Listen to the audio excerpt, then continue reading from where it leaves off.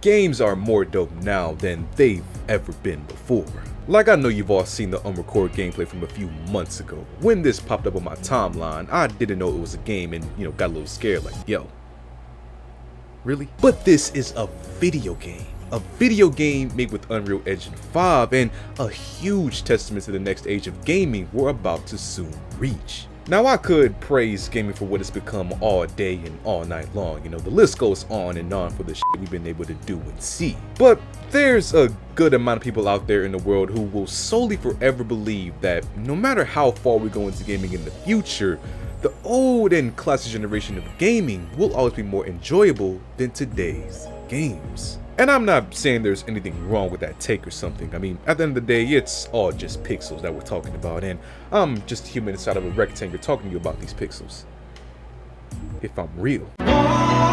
But people are really prideful over what gaming used to be, and undoubtedly, one of those things that they think highly of is the older games' difficulty. Now, it's no secret that games used to be brutal. Like, if you died one too many times, you weren't rewarded with a save checkpoint load-in, but instead a trip back to the main menu where you had to restart your progress all over again.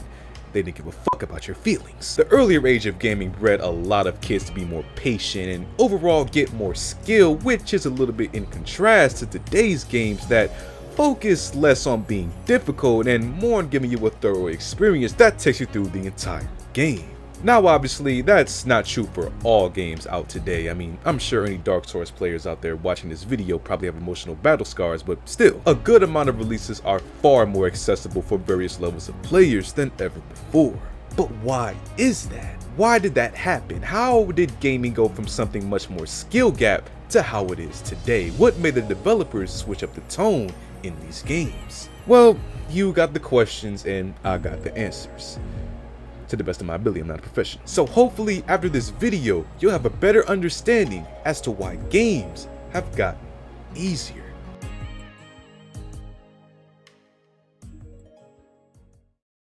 So in order to understand why games are far more easier today, we gotta understand why games made people rip their hair out in frustration back then. There's levels to this equation. So let's go all the way back in time to where games were exclusive for the most part to arcades. Games like Donkey Kong, R-Type, or Stargate had people lined up and excited to try these titles, but they wouldn't nearly be as successful if they were games that everyone could just play and, beat in one sitting. You see, the point of arcades was to keep you coming back and spending money to use the machine, so what use would it have been to have a game that doesn't enable that? They had to turn these kids into addicts just to pay the bills. So that's one reason why the difficulty likely originated in some sense, but what about once these games, actually hit the consoles and you would just take them home? Now you didn't need to pay to play the game, so what sense did it make to keep the games this difficult? Well, that takes us to another point about old games, and that's the fact that these were the early days of video game development.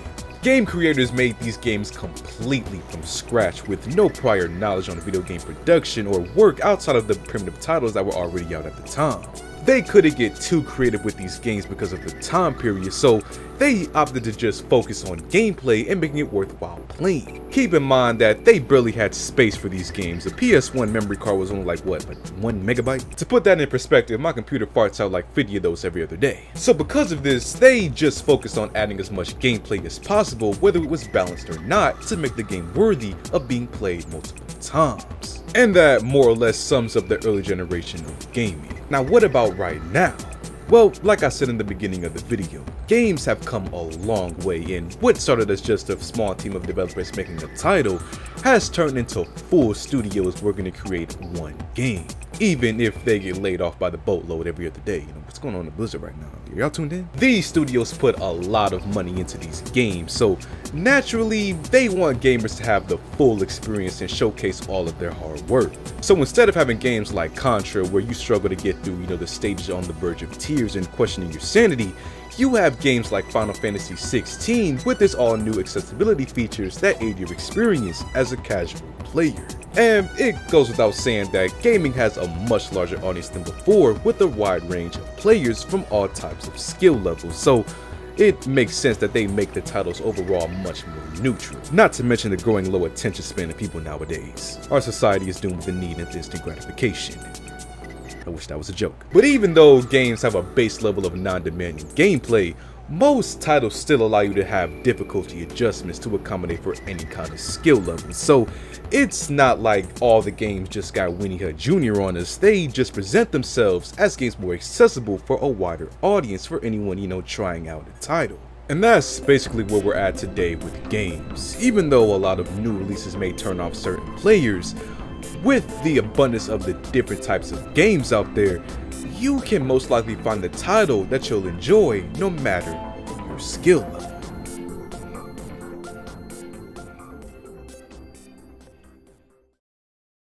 So what do you guys think about games today, man? Do you guys think they're easier or harder? You know, feel free to leave a comment down below. And as always, leave a like on the video, subscribe, check out the Patreon, and I'll see you on the next one.